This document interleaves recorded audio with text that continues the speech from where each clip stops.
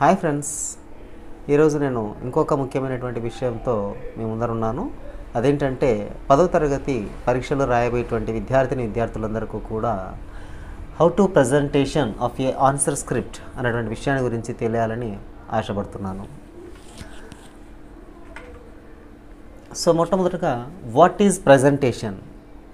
Presentation అంటే ఏమిటి? Presentation is in exams is an art. నిజమండి, క్వశ్చన్ పేపర్ వచ్చింది, దానికి సంబంధించిన ఆన్సర్స్ రాసాము, పరీక్ష అయిపోయింది అని అనుకోవడం కాదు. కానీ పరీక్ష రాసేటువంటి విధానము, ఆన్సర్ స్క్రిప్ట్ ప్రజెంటేషన్ అన్నటువంటిది చాలా ఇంపార్టెంట్. అది ఒక కళ. It is a medium of communication and communication must be effect. So మనం రాసేటువంటి పరీక్ష సమాధానం ఇచ్చేటువంటి తీరు ఆ యొక్క కమ్యూనికేషన్ అనమాట. అంటే మనం ఏదైతే నేర్చుకున్నామో, మనము ఇన్ని రోజులు కష్టమైనటువంటి విషయాన్ని, సబ్జెక్టును ఏదైతే మనము గెయిన్ చేసామో ఆ నాలెడ్జ్ అంతని కూడా ఇచ్చినటువంటి ప్రశ్నాపత్రానికి సమాధానంగా మనం రాసేటువంటి అంశం చాలా ముఖ్యమైనటువంటిది. సో పరీక్షా పత్రము లేదా ఆన్సర్ పేపర్ అన్నటువంటిది ఇది ఒక మాధ్యమికంగా పనిచేస్తుంది. ఇది చాలా ఎఫెక్టివ్గా ఉంటుంది.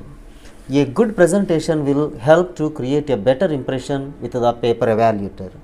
సో ఇక్కడ పేపర్ వాల్యూయర్, పేపర్ కరెక్షన్ చేసేవారికి మనం ఇచ్చినటువంటి ఆన్సర్ స్క్రిప్ట్ ఎలా ఉంటుందంటే మంచి ఇంప్రెషన్ కలిగించాలి. పేపర్ చూడంగానే దీంట్లో సబ్జెక్టుకి సంబంధించినటువంటి నాలెడ్జ్ ఉంది, ప్రతి ప్రశ్నకు సమాధానం రాశారు, ప్రతి డ్రాయింగ్ కూడా బాగుంది, చేతిరాత కూడా బాగుంది, మంచి మార్కులు ఇవ్వాలి అన్నటువంటి ఉద్దేశము ఆ యొక్క పేపర్ కరెక్షన్ చేసేటువంటి వాల్యూర్లో ఇవ్వాలి. Advantages of good presentation. So presentation అనేటువంటిది మనము ఎలా ఇవ్వాలి, ఎందుకు ఇవ్వాలి, వాటి వల్ల కలిగేటువంటి లాభాలు ఏమైనా ఉన్నాయా అంటే ఖచ్చితంగా ఉంటున్నాయి. సో అవేంటంటే paper presentation can significantly Boost the scoring in the board examination. ఖచ్చితంగా మనం రాయబోయేటువంటి ఈ ఎస్ఎస్సి బోర్డుకు సంబంధించినటువంటి పరీక్షలు ఏవైతే ఉన్నాయో వాటిలో ఖచ్చితంగా ఆన్సర్ స్క్రిప్ట్ రాసేటువంటి విధానం, తీరును మనం మార్చుకున్నట్లయితే ఒక గుడ్ ప్రజెంటేషన్ ఏమిస్తుందంటే మనం రాసేటువంటి ప్రశ్నలో ఉన్నటువంటి ఆన్సర్స్ అన్నిటికి కూడా మంచి స్కోర్ ఇవ్వగలిగినటువంటి వాస్తవాన్ని మనం చూడబోతున్నాం. అంటే ఉదాహరణకు 8 మార్కుల ప్రశ్న ఇచ్చారు, దానికి మనం రాసినటువంటి ఆ సమాధానం ఎంత కరెక్ట్ అయినప్పటికీ యాజ్ ఇట్ ఈస్గా మన యొక్క మెటీరియల్లో లేదా టెక్స్ట్ బుక్లో ఉన్నటువంటిది మనం రాసినప్పటికీ మన యొక్క చేతి రాత లేదా మనం రాసినటువంటి స్పష్టంగా రాసినటువంటి తీరు లేదా మనం ఇచ్చినటువంటి ప్రజెంటేషన్ లేదా మనం గీసినటువంటి ఆ బొమ్మలు ఇవన్నీ కూడా ఆ ప్రశ్నకు సంబంధించినటువంటి మార్కులను, స్కోర్ను పెంచేటువంటి అవకాశంగా ఉంటుంది. A good presentation is always an added bonus which demarks your answer script from others. So అంతేకాకుండా మనం రాసినటువంటి ఆన్సర్స్ ఏవైతే ఉన్నాయో అవన్నీ కూడా మనకు ఎక్కడైనా మనం సరిగ్గా రాయలేదు అని పేపర్ ఎవాల్యుయేట్ చేసేటువంటి ఆ ఎవాల్యుయేటర్కి మనకు రాసినటువంటి ఆన్సర్ సమాధానం సరిగ్గా లేదు అని అనిపించినప్పటికీ కూడా మనం రాసినటువంటి ఆన్సర్ స్క్రిప్ట్ యొక్క తీరు ఏమవుతుందంటే ఆన్సర్ను అక్కడ మార్క్స్ తీసేసేటువంటి విధంగా వాళ్ళకు కనిపించదు. సరే ఇంకో చోట రాసింటున్నారు, లేకపోతే బాగా రాశారు అని అనిపించేలా ఉంటుంది. So if the presentation is good, it makes easier for the evaluator to award the marks. మనం ఇచ్చినటువంటి ఆన్సర్ స్క్రిప్ట్ ఏదైతే ఉందో అంటే ప్రశ్నకు సమాధానము ఎంతైతే ఇచ్చామో, వాళ్ళు ఏ ప్రశ్న అయితే అడిగారో దానికి సంబంధించినటువంటి ఆన్సర్ మనం ఎంత మోతాదులో అయితే ఇచ్చామో, ఎంత నీట్గా అయితే ఇచ్చామో, ఎంత క్లారిటీగా అయితే ఇవ్వడం జరిగిందో, ఎంత స్పష్టంగా అయితే ఇవ్వడం జరిగిందో దాన్ని బట్టి పేపర్ ఎవాల్యుయేట్ చేసేటువంటి వారికి మార్కులు అవార్డ్ చేయడం అనేటువంటిది చాలా ఈజీగా ఉంటుందన్నమాట. So good presentation gives examiner the confidence that you know what you are writing. సో మనం ఇచ్చేటువంటి ఆ ప్రజెంటేషన్ ఎలా ఉంటుందంటే ఆ ఎగ్జామినర్కి అయితేనేమి, ఆ పేపర్ ఎవాల్యుయేట్ చేసేటువంటి వాళ్ళకైతేనేమి ఒక మంచి కాన్ఫిడెన్స్ అయితే కూడా కలుగుతుంది. అయితే మనం ఎగ్జామ్ రాసేటప్పుడు కూడా ఆ యొక్క ఎగ్జామినర్ కూడా చూస్తాడు, పరీక్షలను చూసినప్పుడు ఆ యొక్క ఆన్సర్ స్క్రిప్ట్లో అబ్బాయి ఏం రాస్తున్నాడు, సో క్వశ్చన్కు రిలేటెడ్గా ఆన్సర్ రాస్తున్నాడా లేదా అని వాళ్ళు ఎవరైనా చెక్ చేసినప్పుడు కూడా వాళ్ళల్లో కూడా కాన్ఫిడెన్స్ అనేది కలుగుతుంది. ఎస్, ఈ అబ్బాయి లేదా ఈ అమ్మాయి ఆ ప్రశ్నపత్రానికి సంబంధించినటువంటి ఆన్సర్లు అయితే రాస్తున్నారు అని చెప్పేసి చెప్పడానికి మనం ఇచ్చినటువంటి ఆన్సర్ స్క్రిప్టే ఆ యొక్క ప్రజెంటేషన్ వాళ్ళకు తెలుపుతుంది. Presentation is a key for getting better scoring in the SSC public examinations. So in addition to the preparation in concept, you need to focus a best presentation. So presentation అటువంటిది ఒక మంచి మూలము, ఖచ్చితంగా it is going to play a key role. అంతేకాకుండా మంచి score తెచ్చుకోవడానికి SSC board నందు మనకు ప్రజెంటేషన్ అనేటువంటిది చాలా ఇంపార్టెంట్. సో మనం ఎంతో నేర్చుకున్నాం, ఏమి రాసామన్నప్పటిది ఎలా కనబడుతుందంటే మనం ఇచ్చేటువంటి సమాధానాలను రిటర్న్గా మనం ఇచ్చేటువంటి ఆన్సర్ స్క్రిప్ట్లో మాత్రమే తెలియజేయబడుతుంది. అయితే మనము యొక్క ప్రజెంటేషన్ ఆన్సర్ స్క్రిప్ట్ ద్వారా మనము ఏవి చేయాలి ఏవి చేయకూడదు అనేటువంటి చిన్న అంశాలను చూద్దాం. సో ఇట్లా మనం చూసినట్లయితే use single colour pen either blue or black pen. So ప్రతి విద్యార్థి కూడా పరీక్ష రాసేటువంటి సమయంలో ఖచ్చితంగా ఏదో ఒక పెన్ను వాడడం అనేటువంటిది చాలా ముఖ్యమైనటువంటి అంశం. సో అక్కడ ఇచ్చినటువంటి బుక్లెట్ నిండా మనం రాసేటువంటి ప్రతి సమాధానాలు అంటే ఉన్నటువంటి 17 ప్రశ్నలకి సంబంధించినటువంటి సమాధానాలు ఒకటే పెన్తో రాయడం అనేటువంటిది చాలా ముఖ్యమైనటువంటి అంశం. వాడితే బ్లూ పెన్ అయినా వాడచ్చు, లేదంటే బ్లాక్ పెన్ అయినా వాడచ్చు. అయితే ఏదైనా హైలైట్ చేసినటువంటి వాటికి మాత్రము బ్లూ పెన్తో రాసినప్పుడు ఇంపార్టెంట్ వర్డ్స్ అని చెప్పి మనకు ఏదైనా అనిపించిందంటే వాటిలో చిన్నగా అండర్లైన్ చేయడం కోసం బ్లాక్ పెన్ వాడినా సరిపోతూ ఉంటుంది. So avoid using sketch pens and glitters etcetera. So not even using different colours for heading and content. So మనం రాసినటువంటి ఆన్సర్ స్క్రిప్ట్లో ఏదైతే ఉందో అక్కడ ఏదైనా హెడ్డింగ్స్ కానీ లేకపోతే ఇంకా ఏవైనా మనకి ఇంపార్టెంట్ అని అనిపించినప్పుడు ఆ కంటెంట్కి సంబంధించిన అండర్లైన్ చేసేటువంటి పని మనం స్కెచ్లు వాడడం కానీ లేకపోతే గ్లిటర్ పెన్సిల్ వాడడం కానీ అవన్నీ అవాయిడ్ చేయడం చాలా మంచిది. తర్వాత maintain margins on all sides if they are not drawn printed on the answer script. So ఇక్కడ మీరు చూస్తూ ఉన్నారు, ఈ యొక్క ఆన్సర్ స్క్రిప్ట్లో 4 వైపులా మార్జిన్ వేసుకోవడం అన్నటువంటిది చాలా ఇంపార్టెంట్. అది ఆ యొక్క స్క్రిప్ట్లో బాగా అందంగా కనిపించడానికి మంచి ఆస్కారం ఉంటుంది. Do not right beyond the margins.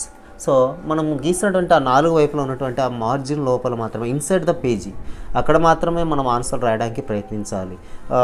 Beyond the margin మనం ఆన్సర్స్ రాస్తే బాగుండదని చెప్పడానికి ఒక నిదర్శనం. సో ఇంకొక విషయం చూద్దామండి. Do not start new section in the left over. Each section should be started in the new page only. So ఇందాక మనం చూసినట్లయితే ఫస్ట్ సెక్షన్, సో మొదటి సెక్షన్లో 6 ప్రశ్నలు ఉంటున్నాయి. 6 ప్రశ్నలకు సంబంధించినటువంటి సమాధానాలు సింగిల్ వర్డ్ ఆర్ సింగిల్ లైన్లో ఇవ్వడం జరిగింది. కాబట్టి అది ఇక్కడ ఇచ్చినటువంటి ఆన్సర్స్ చాలా సంక్షిప్తంగాను చాలా నీట్గాను చాలా క్లారిటీగాను ఒకటే పేపర్లో ఫినిష్ చేయగలగాలి. సో ప్రతి పేజీలో కూడా మనం సెక్షన్ స్టార్ట్ చేసేటప్పుడు టాప్లో ఉండాలి. సెక్షన్ 1 అని, సెక్షన్ 2, సెక్షన్ 3, సెక్షన్ 4 అని ఇలాగ రాసినప్పుడు అండర్లైన్ చేసుకొని నీట్గా ఒక కొత్త పేజీలో రాయడం అన్నటువంటిది చాలా ముఖ్యం. సో అక్కడ మనం చూస్తున్నాము 6వ ప్రశ్నకు సమాధానం ఇంకొక పేజీలో స్టార్ట్ చేసి దాని తర్వాత మధ్యలో నుంచి సెక్షన్ 2 అని రాయడం అన్నటువంటిది పద్ధతి కాదు. అది అంత నీట్గా అపీరెన్స్ అనేటువంటిది కనిపించదు. So next one, keep the answer script simple and neat. Do not over decorate the answer script. So కొంతమంది విద్యార్థులు మంచి కళాకారులు అంటున్నారు, కళ ఉండడంలో తప్పేం లేదు. కాకపోతే కళను ప్రదర్శించేటువంటి సమయం అయితే అది కాదు. ఎందుకంటే అది మన జీవితాలను మార్చేటువంటి, మన జీవితానికి సంబంధించినటువంటి పరీక్షలలో మనం మార్కులు తెచ్చుకోబోయేటువంటి అంశం. కాబట్టి దాంట్లో మనము ఓవర్ డెకరేట్ చేయడము లేదా సెక్షన్స్ అని డిఫరెంట్ ఫాంట్ని యూజ్ చేసి రాయడము కానీ లేదా ఇష్టానుసారంగా రాయడం అనేటువంటిది కూడా పద్ధతి కాదు. చాలా నీట్గా రాయాలి, సింపుల్గా రాయాలి, ఒకటే ఫాంట్లో రాయగలగాలి, మంచి ఇంకుల్లో బ్లాక్ ఆర్ బ్లూ పెన్ మాత్రమే వాడగలగాలి. ఇంకొక విషయం చూడండి, ఇక్కడ right minimum 16 to 18 lines on every page. It is a plain paper. ఒకవేళ ప్లెయిన్ పేపర్ అయితే, ఇన్ కేస్ లైన్ పేపర్ కాకపోయినా ప్లెయిన్ పేపరే మనకు పబ్లిక్ ఎగ్జామినేషన్స్లో ఎస్ఎస్సి బోర్డు వారు మనకు ఇవ్వడం జరుగుతుంది. కాబట్టి దాంట్లో కనీసం అంటే కూడా ఖచ్చితంగా 16 నుంచి 18 లైన్లు రాసేటువంటి ప్రయత్నం చేయాలి. అంతకు మించి ఎక్కువగా రాయకూడదు, అంతకు మించి తక్కువగా రాస్తే కూడా ప్రజెంటేషన్ గుడ్ అని అనిపించుకోదు. ఎందుకంటే చూస్తే మనం ఇక్కడ ఈ లైన్కి ఇచ్చినటువంటి గ్యాప్ చూడండి, ఏదైతే అలాగా ఉందో అది చూడడానికి మంచి లుక్ ఇస్తుంది, మంచి గుడ్ ప్రజెంటేషన్ అది మనకు చూపిస్తుంది. అంతేగాని క్లమ్జీగా రాయడము, ఒకదాని లైన్లో ఒకటి రాయడము అలా చేయడం అనేటువంటిది మంచి పద్ధతి కాదు. Do not over too many or very less lines in a page. So ఎక్కువగా లైన్స్ రాయడం అనేటువంటిది లేదా చాలా తక్కువగా రాయడం అనేటువంటిది కూడా మంచి పద్ధతి అయితే కాదు. ఇక్కడ do not leave empty space in your answer script. So మనం చూస్తూ ఉన్నాము ఇక్కడ ఒక ప్రశ్నకు సమాధానం అయిపోయింది. దాని తర్వాత ఇంకొక సెక్షన్ మిడిల్ ఆఫ్ ద పేజ్లో స్టార్ట్ చేశారు.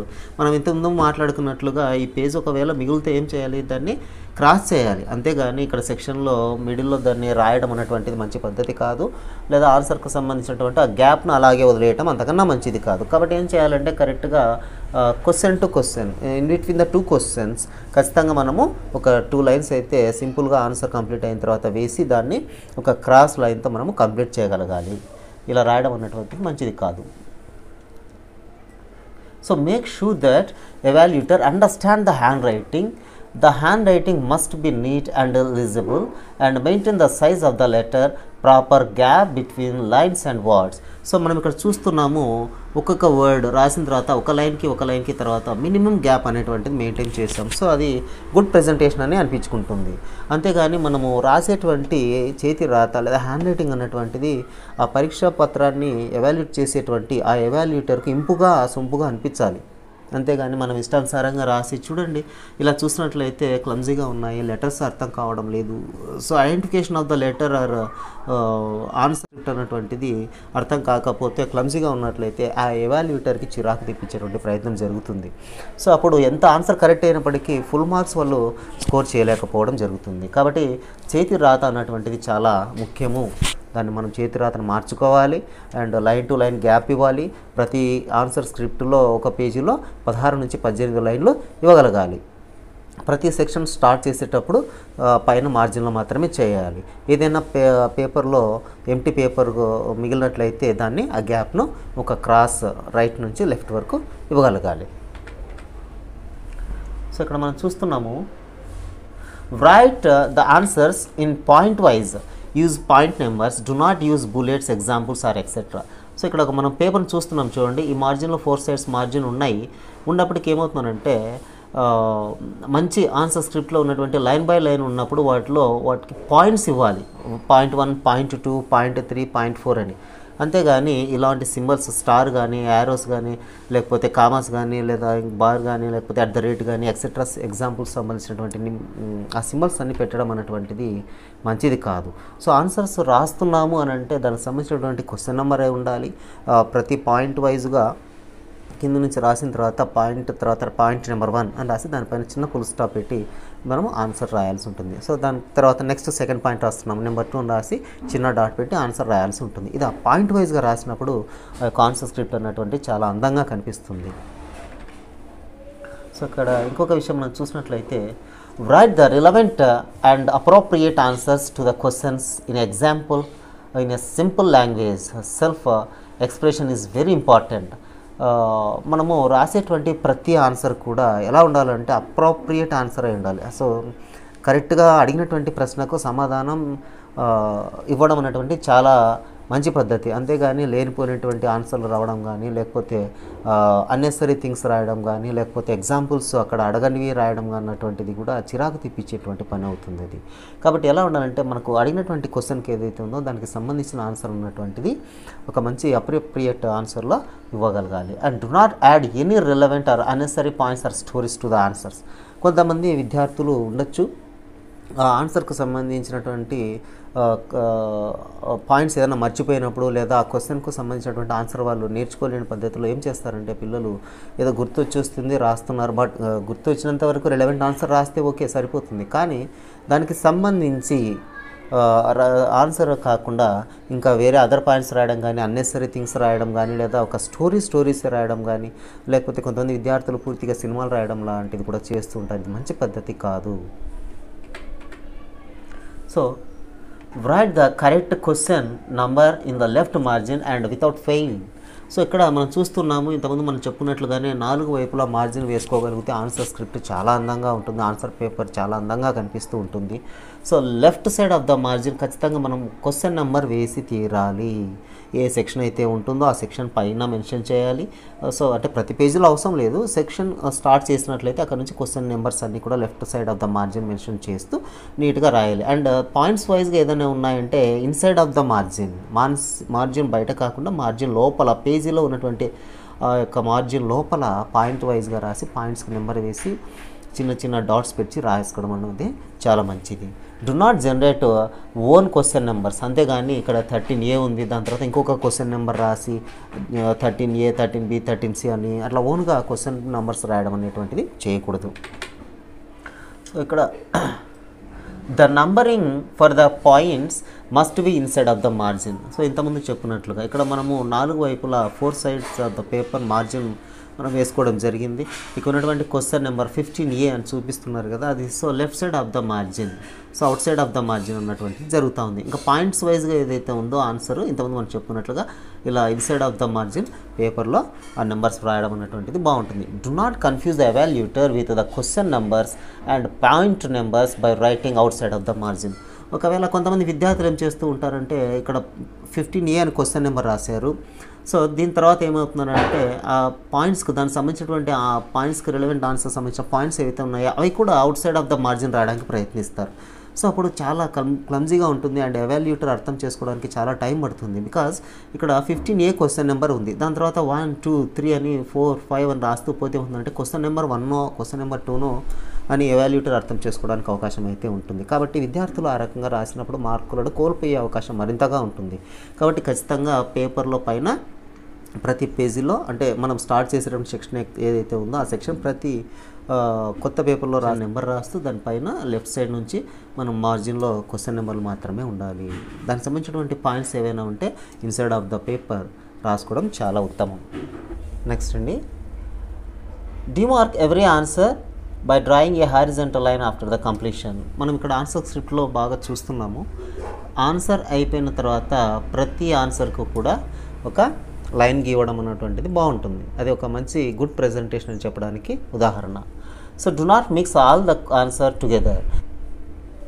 Use only pencil for drawing and labelling the diagram. ఖచ్చితంగా మనము డయాగ్రామ్స్, ఎందుకంటే జీవశాస్త్రానికి బయాలజీకి ఖచ్చితంగా డయాగ్రామ్స్ ప్రాణం కాబట్టి ఈ డయాగ్రామ్స్ వేసేటప్పుడు మంచి హెచ్పి పెన్సిల్ కానీ డార్క్ పెన్సిల్ కానీ లేదా 2B పెన్సిల్ కానీ అవి వాడడం చాలా మంచిది.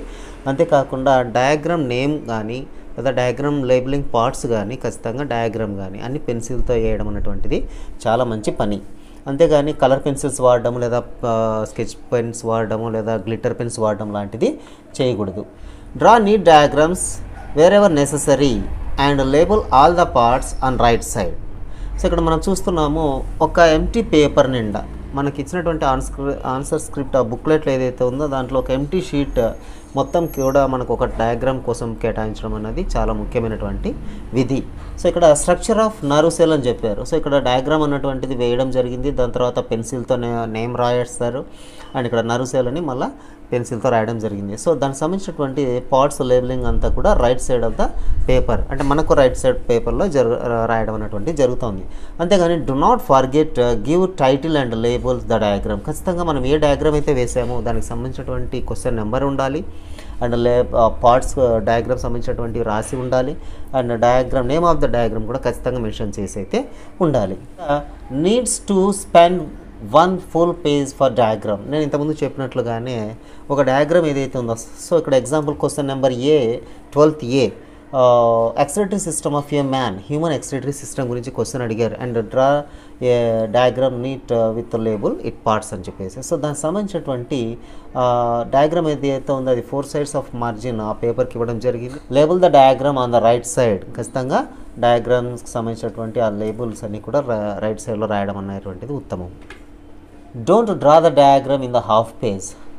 సో ఇక్కడ పేపర్ ఏదో మిగిలిపోయింది, ఇక్కడ ప్లేస్ మిగిలింది, మనం ఆన్సర్ రాసిన తర్వాత ఇంకా ప్లేస్ ఉంది కదా అని చెప్పేసి అక్కడ ఆన్సర్ అనేటువంటిది రాయడం కానీ లేదా డయాగ్రామ్ వేయడం అనేటువంటిది మంచి పద్ధతి కాదు. ఎందుకంటే నేను ఇంతకుముందు చెప్పినట్లుగానే ఆ యొక్క ఫుల్ పేజీలో డయాగ్రామ్ వేసి దానికి సంబంధించినటువంటి పార్ట్స్ పక్కన రైట్ సైడ్లో రాసి దానికి టైటిల్ ఇవ్వడం అనేటువంటిది మంచి పద్ధతి. అలా చేస్తే మంచి స్కోరింగ్ రావడానికి అయితే అవకాశం అయితే ఉంటుంది.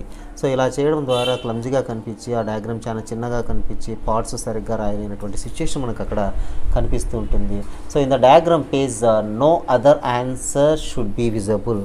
సో ఇన్ కేస్ ఇది ఆన్సర్ స్క్రిప్ట్ అయితే ఆన్సర్ రాసింటే పేపర్ మిగిలితే దానికి ఇక్కడి నుంచి ఇక్కడి దాకా లైన్ కొడితే సరిపోతుంది. అదర్వైజ్ దాన్ని వదిలేయాలి. అంతేకాని డయాగ్రామ్కి కేటాయించినటువంటి ఆ పేపర్లో ఆన్సర్ రాయడం కానీ లేదా ఆన్సర్స్ రాసిన తర్వాత లెఫ్ట్ ఓవర్ పేపర్లో మనం ఆ చిన్న డయాగ్రామ్ వేయడం అనేటువంటిది కూడా మంచి పద్ధతి కాదు. మంచి మార్కులు స్కోర్ చేయాలంటే ఈ రకంగా చేయకూడదు. ఫుల్ పేజీలో డయాగ్రామ్స్ అనేటువంటిది వేసి తీరాలి. Do not write spelling mistakes especially in headings and while writing technical terminology.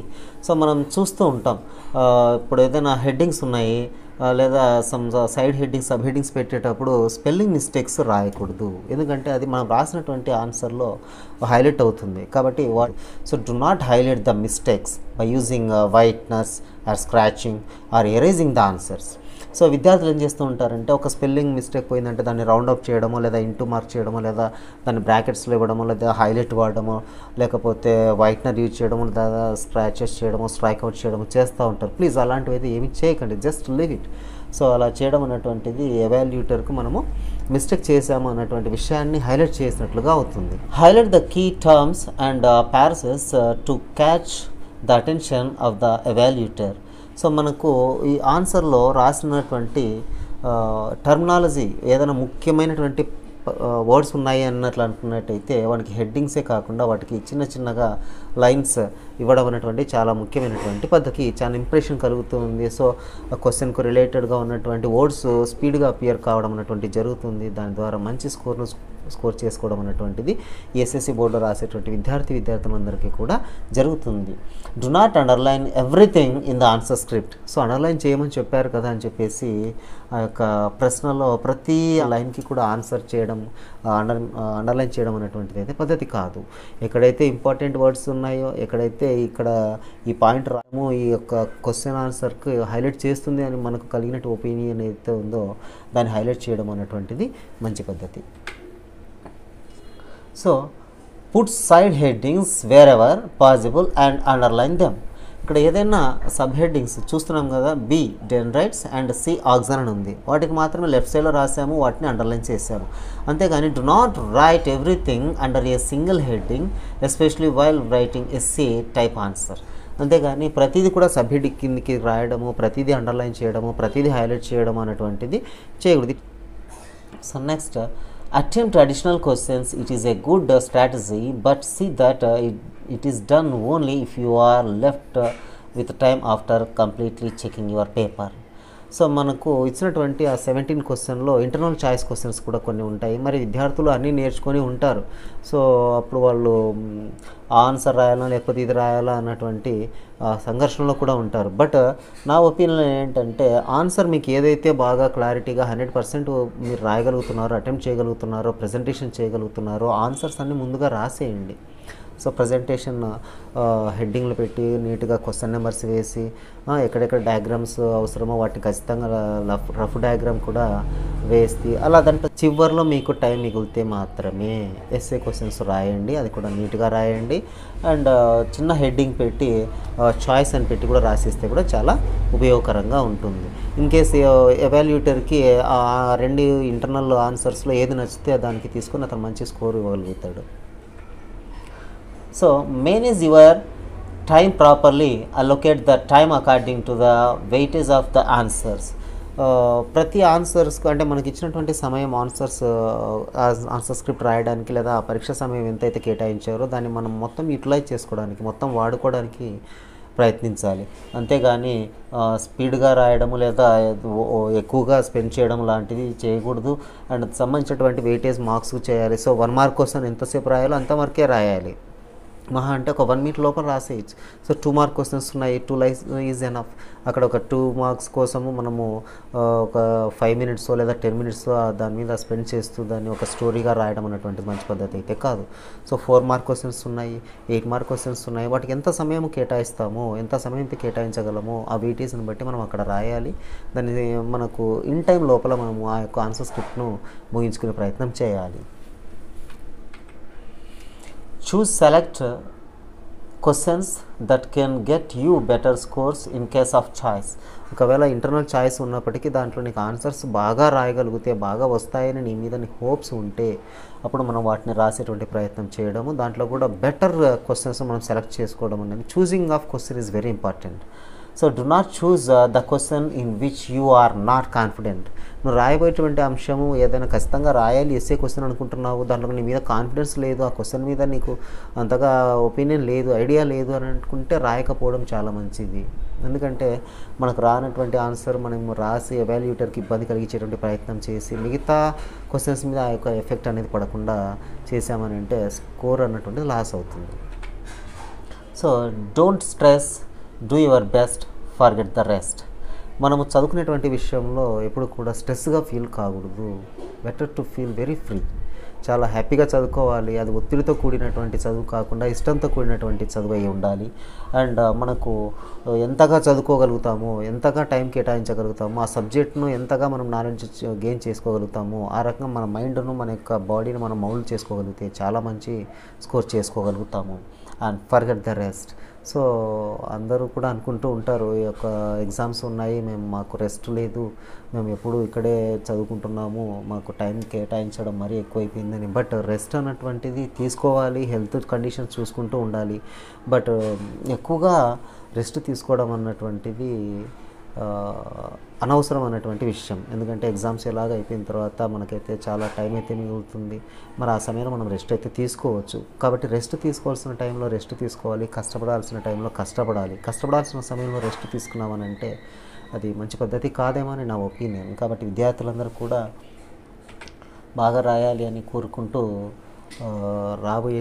జరగబోయేటువంటి పబ్లిక్ పరీక్షలందరికీ ప్రతి విద్యార్థికి కూడా all the best. Thank you.